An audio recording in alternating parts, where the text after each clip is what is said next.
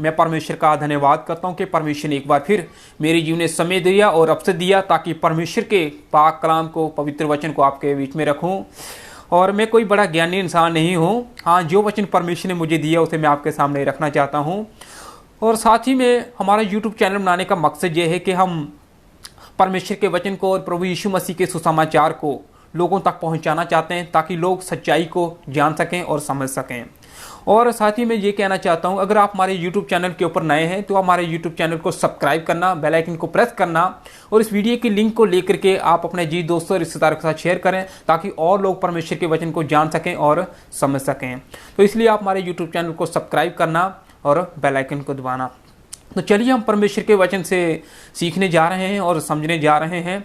तो आज का विषय जो है वो आपने नीचे पढ़ लिया है और इस विषय के ऊपर हम चर्चा करेंगे और समझेंगे। तो जब हम पवित्र बाइबल के अंदर पढ़ते हैं योना की पुस्तक, तो वहाँ पर हमें पढ़ने को मिलता है योना नबी के जीवन के बारे में। तो योना नबी जो था वो परमेश्वर की आज्ञा को बिल्कुल ना मान करके वो अपना एक अलग रास्ता जो है वो चुन लेता है। दूसरी ओर एक नगर है, जहाँ पर शहर है, जहाँ पर 1,00,000 से 1,20,000 से अधिक लोग रहते हैं और उनकी बुराई जो है, उनका पाप जो है वो परमेश्वर की दृष्टि में बहुत ज़्यादा बढ़ चुका था और उनका पाप परमेश्वर के कानों तक पहुँच चुका था और परमेश्वर उसे दंड और उसे श्राप देने वाला होता है। तो चलिए हम परमेश्वर के वचन से इसके बारे में और ज़्यादा गहराई से सीखेंगे। और मैं आपके सामने इस बात को रखना चाहता हूँ और ये कहना चाहता हूँ कि कई बार परमेश्वर हमसे बातचीत करता है, चाहे सपने के द्वारा हो, चाहे दर्शन के द्वारा हो, चाहे अपने सेवक के द्वारा हो या फिर वचन के द्वारा परमेश्वर हमसे बातचीत करता है और परमेश्वर हमसे कहता है। लेकिन हम उस नबी की तरह अलग से अपना एक रास्ता जो है उसे चुन लेते हैं और जिस प्रकार उस नबी को एक बड़ी मुसीबत का सामना करना पड़ा था, ठीक उसी प्रकार जब हम भी ऐसा करते हैं तो हमें भी एक बड़ी मुसीबत का सामना करना पड़ जाता है।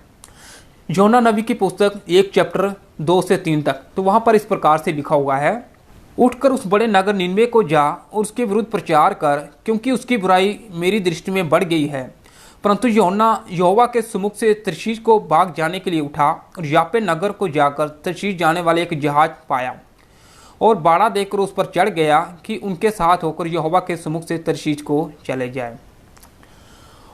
और परमेश्वर ने योना नबी से कहा कि उठकर उस बड़े नगर उस निनवे को जा और वहां जाकर के प्रचार कर और उन लोगों को समझा। लेकिन योना नबी जो है वो परमेश्वर की आज्ञा को ना मान करके वो अलग रास्ता चुन लेता है और तर्शीश में जाने वाले जहाज़ों के अंदर जा वो बैठ जाता है। और जब वो निचली जगह में जा कर के सो रहा होता है तो वहाँ पर समुद्र के बीच आंधी और तूफान आने लगता है और लहरें जो काफ़ी ज़्यादा बढ़ जाती हैं और लोग जो है वो जहाज़ के जो बैठे होते हैं वो डर जाते हैं और घबरा जाते हैं। उनका जहाज़ जो है वो टूटने वाला हो जाता है। उनको कुछ समझ में नहीं आ रहा होता कि आखिर हो क्या रहा है। तो वो सामान उठा करके समुद्र में फेंकने लग जाते हैं। लेकिन उसके पश्चात भी आंधी और तूफान जो है वो शांत नहीं होता है। फिर वो लोग जा करके योना नबी को जगाते हैं, उठकर देवता को दुहाई दे, क्या पता समुद्र की लहरें शांत हो जाएं। लेकिन जब वो लोग अपने देवता की दुहाई देने लग जाते हैं उसके बाद भी समुद्र जो है वो शांत नहीं हो जाता है और लोग घबरा जाते हैं और डर जाते हैं आखिर हो क्या रहा है। और उसके बाद वो चिट्ठी बांधते हैं और चिट्ठी जा करके निकलती योना नबी के नाम पर। और फिर योना को पूछते हैं कि भाई तू कहाँ से आया है और तेरा हुक्म क्या है और तू क्या चाहता है। और वो कहता है कि मैं इब्री हूँ और वो पूरी बात बता देता है कि मैं परमेश्वर के सम्मुख से निकल कर भाग करके आ गया हूँ। और उसके बाद तो जब वो लोग पूछते हैं कि हम तेरे साथ क्या करें जिससे समुद्र शांत हो जाए और हमारे प्राण भी बच जाएं। वो कहता है कि मुझे उठाकर समुद्र में फेंक दो तो समुद्र जो है वो शांत हो जाएगा। और वो लोग उसे उठा करके समुद्र में फेंक देते हैं और उसके बाद परमेश्वर जो है वो एक मगरमच्छ को आज्ञा देता है और मगरमच्छ योना नबी को पेट में निगल लेता है अपने। और योना नबी मगरमच्छ के पेट के अंदर रहता है 3 दिन और 3 रात मगरमच्छ के पेट के अंदर रहता है। वहाँ पर एक बड़ी मुसीबत के अंदर वो पड़ जाता है। अब देखिए योना नबी को परमेश्वर की आज्ञा ना मानने का नतीजा क्या मिला। कई बार हम भी ऐसा करते हैं, मानो परमेश्वर हमसे सपने के द्वारा बातचीत कर रहा हो, चाहे दर्शन के द्वारा या फिर अपने सेवक के द्वारा या फिर अपने दास के जरिए के द्वारा, लेकिन हम फिर परमेश्वर की आज्ञा को नहीं मानकर योना नबी की तरह एक बड़ी मुसीबत का शिकार हो जाते हैं हम। और फिर उसके बाद हम परमेश्वर को बुरा भला कहने लग जाते हैं और परमेश्वर को दोष लगाने लगते हैं। परमेश्वर आपने मेरे जीवन में ऐसा क्यों किया, ये परेशानी ये मुसीबत आपने मेरे ऊपर क्यों आने दी। तो हमें अपने आप को भी तो परखना है ना, अपने आप को भी परखना कि उस समय हमें जब परमेश्वर हमसे बात कर रहा था, परमेश्वर हमें हुक्म दे रहा था, आज्ञा दे रहा था, तो हमने परमेश्वर की आज्ञा क्यों नहीं मानी। तभी तो ये नौबत हम पर आ गई है कि हमने परमेश्वर की आज्ञा को नहीं माना था उस वक्त। अगर हम परमेश्वर की आज्ञा को मान लेते थे उस वक्त तो ये नौबत हम पर नहीं आती थी। तो हम जहां मर्जी भाग जाएं परमेश्वर से, लेकिन परमेश्वर फिर वहीं पर हमें लेकर के आता है जहां परमेश्वर हमें लाना चाहता है। जिस प्रकार योना नबी जो था वो भाग गया था तरशीश के लिए, लेकिन परमेश्वर ने उसे वहीं पर ला करके रख दिया जहां परमेश्वर उसे लाना चाहता था। उसके बाद योना नबी जो है वो निनवे शहर में अंदर चला जाता है और वहाँ पर वो जाकर के प्रचार करने लग जाता है और लोगों को समझाने लग जाता है कि अब से 40 दिन बीतने के बाद निनवे शहर जो है वो उलट दिया जाएगा। निनवे शहर के लोगों का जो पाप था वो परमेश्वर की दृष्टि में इतना ज़्यादा बढ़ चुका था और परमेश्वर का क्रोध जो था वो निनवे शहर के लोगों के ऊपर आ गया था और निनवे के लोगों का पाप जो था वो बहुत ज़्यादा बढ़ गया था और वो वहाँ पर व्यभिचार और बाल मूर्ति पूजा इतना ज़्यादा बढ़ गया था कि निनवे लोगों के शहर के ऊपर परमेश्वर का क्रोध जो था वो बहुत ज़्यादा आ गया था। ठीक इसी प्रकार आज हमारे समय में, आज हमारे ज़माने के अंदर, संसार के अंदर बुराई जो है, पाप जो है वो इतना ज़्यादा बढ़ गया है, परमेश्वर के कानों तक मानो बुराई जो है वो पहुंच चुकी है। इसलिए परमेश्वर हमें लास्ट वार्निंग और लास्ट चेतावनी जो है वो परमेश्वर हमें दे रहा है ताकि हम सुधर जाएं।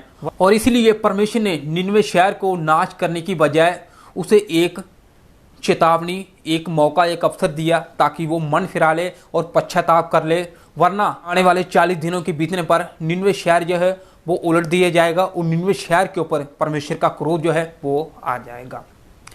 और उसके बाद जब योना नबी प्रचार करता है निनवे शहर के अंदर, वो लोगों को समझाता है और बताता है, तो वहाँ पर जो लोग थे वो योना नबी की बातों को मान लेते हैं और स्वीकार कर लेते हैं और लोग जो हैं वो परमेश्वर के वचन को स्वीकार कर लेते हैं और ज़मीन पर बैठ जाते हैं और टाट ओढ़ लेते हैं और पश्चाताप करने लग जाते हैं और रोने लग जाते हैं।